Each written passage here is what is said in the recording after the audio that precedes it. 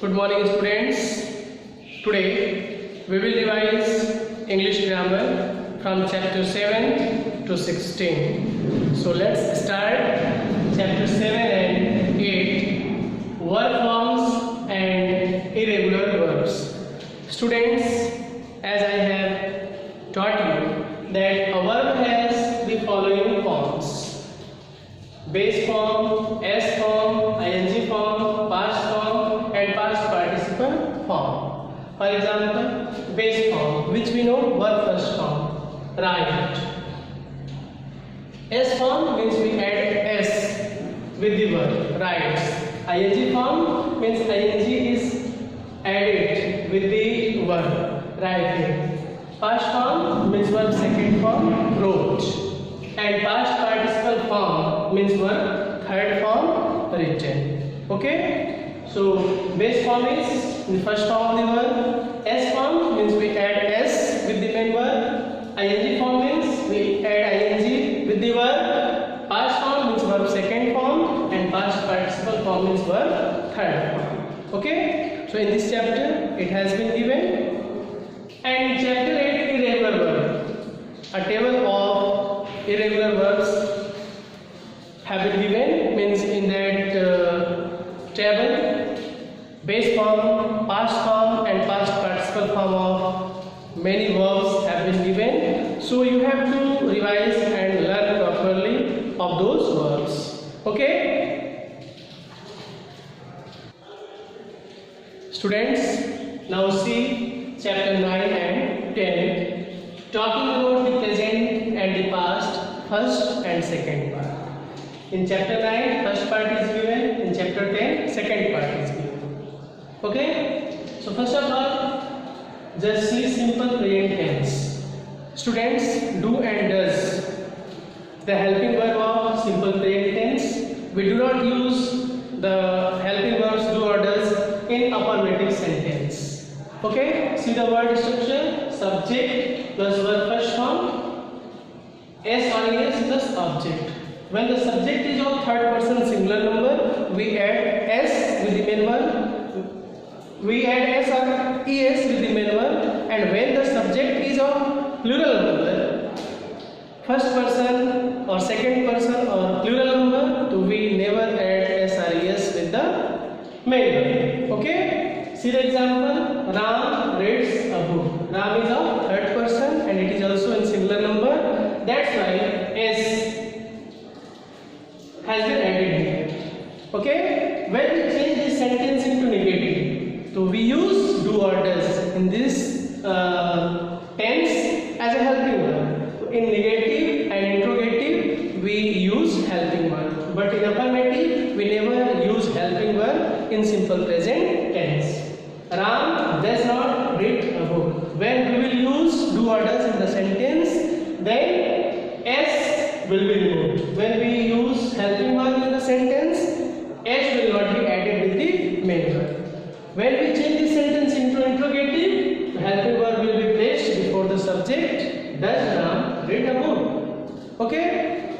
If the subject is of plural number, then we never add S or es with the main verb. For example, they read a book, not reads. They read a book. They do not read a book. Do they read a book? Okay. Now see present continuous tense. Is, are, am. These are the helping verbs of present continuous tense. You know that is, it will be used with singular subject, are plural and am with I. See the word structure: subject, then helping verb is, either is or are or am, then verb first form plus ing, and at last object. See the example: he is doing his work. He is doing his work. I am learning my lesson. They are plowing the fields. In this way, students, you have been taught thoroughly.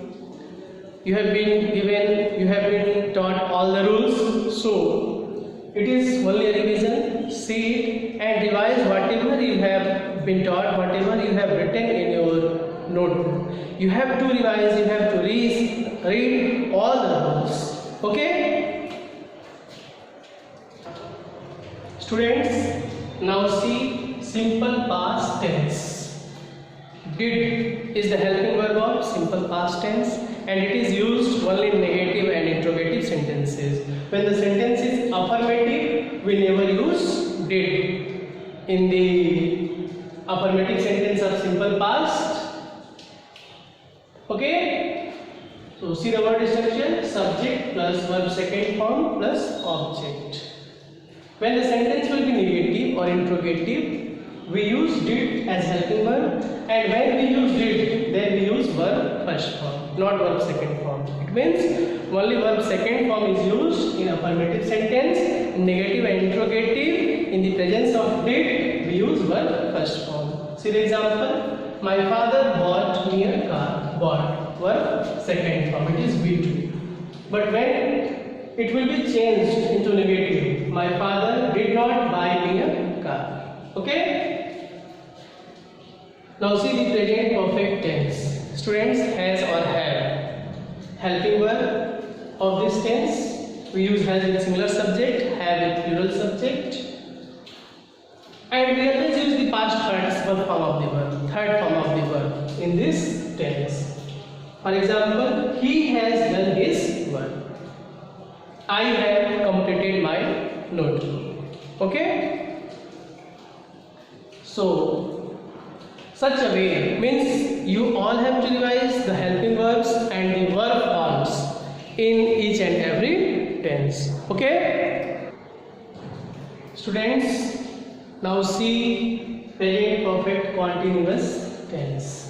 Students, we use has been or have been. Have been in this tense as helping verb, and when the time is given, we use since or for. Real students, since is used with point of time, and for is used with period of time. Since is used with point of time, and for is used with period of time. Okay? See the word structure: subject plus has or have plus been plus before. Before means verb first form plus ing, verb ing form plus object plus since or for plus time. See the example: he has been sleeping for 2 hours. He has been sleeping for 2 hours. They have been talking since morning. For 2 hours, period of time. Since morning, point of time. Okay? Past continuous tense. Subject plus was or were plus verb fourth form plus object. He was studying history. Was or were, was and were, these are the helping verbs of past continuous tense. Was is used with singular subject and were is used with plural subject. And last one is past perfect tense. Students, in this tense, had is used as a helping verb. We use had with singular or plural, both the kinds of subject. Subject plus had plus verb third form plus object. Example: I had done this work.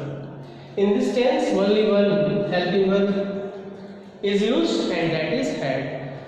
With all kinds of subject, we use had. Okay? So, dear students, chapter 9 and 10 is completed. Once again, I am suggesting you that revise all the rules, whatever I have taught, and revise the verb forms, the helping verbs of all the tenses. Okay?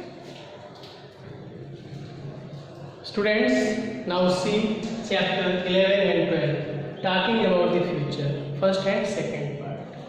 Dear students, there are 7 ways of talking about the future. The present continuous tense, the simple present tense, will going to the future continuous tense, the future perfect tense. Means these are the ways, different ways of talking about the future. These are six different ways of talking about the future. Okay? Students, now see the uses. of the different ways of talking about the future. Students, the present continuous tense is used for things that people have arranged to do in the future. People have arranged to do in the future. For that thing we use present continuous tense. I am playing cricket tomorrow. It means I have arranged to play cricket tomorrow. It is my plan. I have a plan to play cricket tomorrow. Okay? The simple present tense is used for official programs and timetables. For official programs and timetables, we use simple present tense. The train leaves at 11:30 a.m. timetable. The school opens at 8 a.m. Okay? Official programs and timetables. Third one is will form. We use will when we decide to do something at the time of speaking. When we decide something to do at the time of speaking, we use will. I will carry your bag. Means at the time of speaking, when we decide to do something, at that time we use will. Okay? And going to form is used to talk about the things we have already decided to do. Going to form is used for that thing which we have already decided to do. For example, I am going to form. Once again, going to form is used for the things which we have already decided to do. I am going to purchase a bike. Means for purchasing a bike, I have already decided that I have to purchase a bike. Okay? Students, future continuous tense is used to talk about actions that will be going on for some time in future. Future continuous tense is used to talk about actions that will be going on for some time in future. We will be waiting for you when you arrive at the station. Means the process of waiting, it will be continuing. It will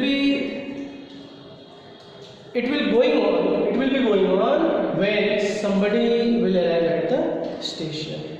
Okay? And the future perfect tense is used to talk about actions that will be completed in a future time. Future perfect tense is used to talk about actions that will be completed at a future time. I will have finished this chapter by this time tomorrow. Means this chapter will be finished when? By this time tomorrow. Means in future the chapter will be completed. Okay? So revise all the rules, whatever you have written in your notebook and whatever I have taught earlier. Okay? Students, now see chapter 13, uses of modal verbs. Students, can, could, may, might, will, shall, should, must, ought to, has to, have to, had to, etc. are known as modals. Students, can is used to show our ability. I can speak English. Could is used to show ability in the past. I could do anything when I was a child. Okay? May is used for asking and giving permission. For example, may I come in? It is also used to express a wish. May God give you a son. Might. Students, might is used to talk about the present or the future possibility. We might go for an evening walk. Okay? Students, we use will to offer to do something. I will carry your bag. Shall is used to ask for or make suggestions. Shall we play tennis? Okay? Students, should is used to ask for or to give advice. You should see a doctor. It is also used when we consider, when we think something is good to do. Should is used when we think that something is correct to do. Okay, you should walk carefully, you should drive carefully.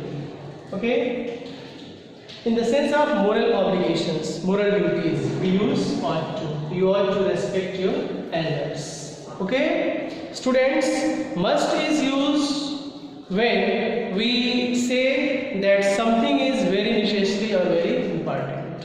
Something is very necessary or important. I must get up at 4 a.m. Okay, so students, whatever the rules I have taught you, just read all the rules thoroughly.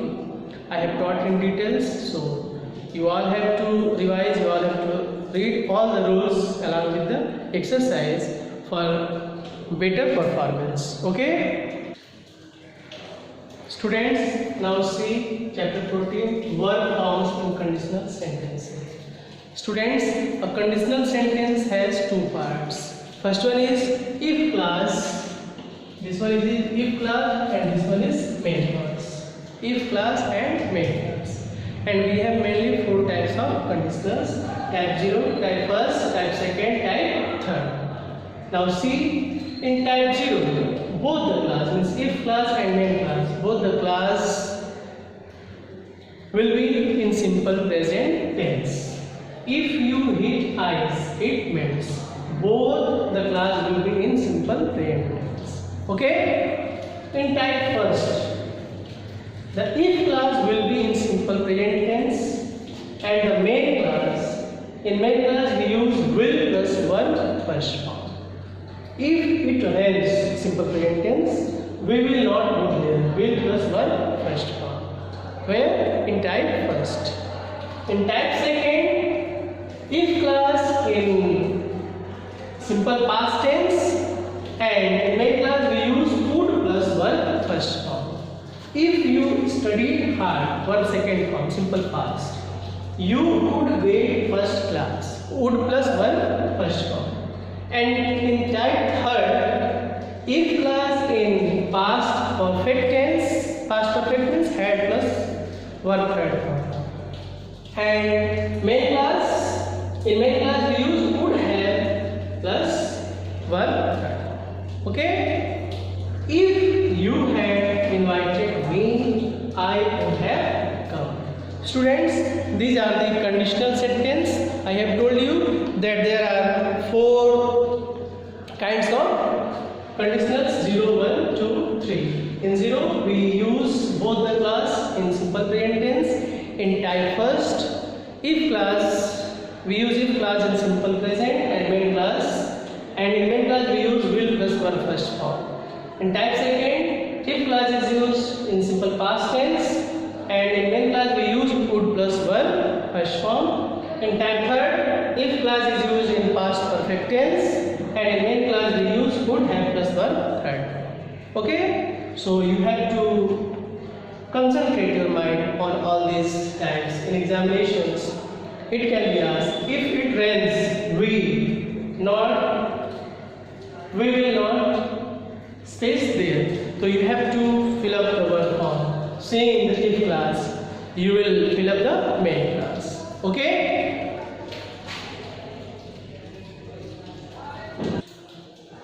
Students, now see chapter 15.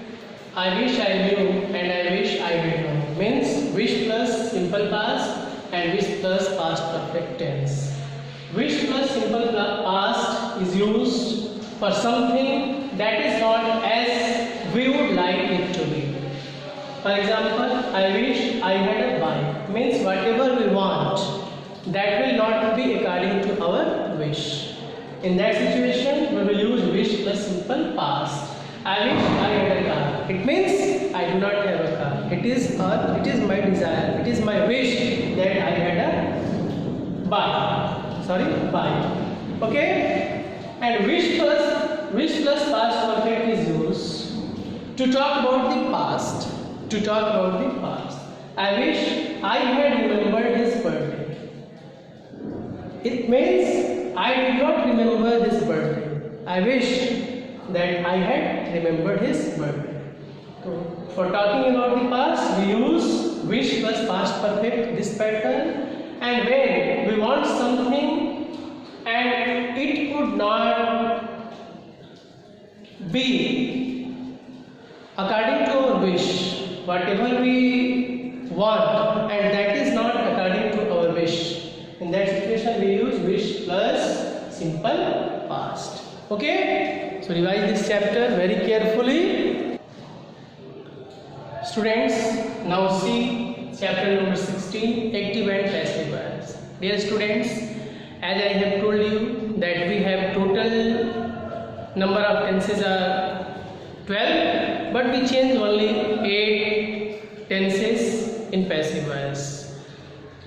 Present indefinite tense, present continuous tense, present perfect tense, past indefinite, past continuous, past perfect, future indefinite and future perfect. These are the tense which we change into passive. And present perfect continuous, past perfect continuous, future continuous and future perfect continuous. These are the tenses which we never change in passive voice. Okay, so I am going to tell you the helping verbs in passive voice. Okay, students, in the passive of simple present tense we use is, are, and.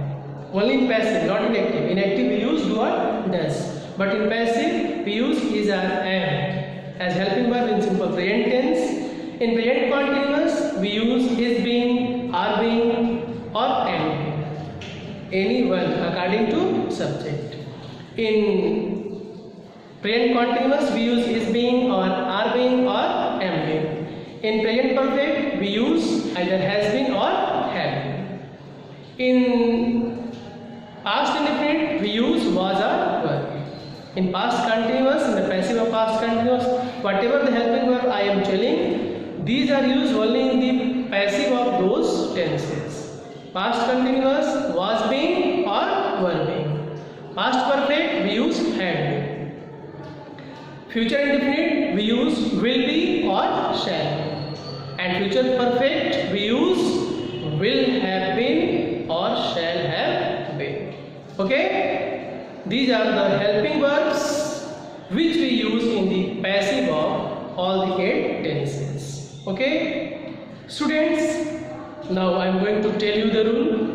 The subject becomes the, first of all, the object of the active voice becomes the subject of the passive voice. After that we use the helping verb according to the new subject. Then we always use the past participle form of the verb, third form of the verb, third form of the main verb in passive voice. And after that we use by, and then the subject becomes the object.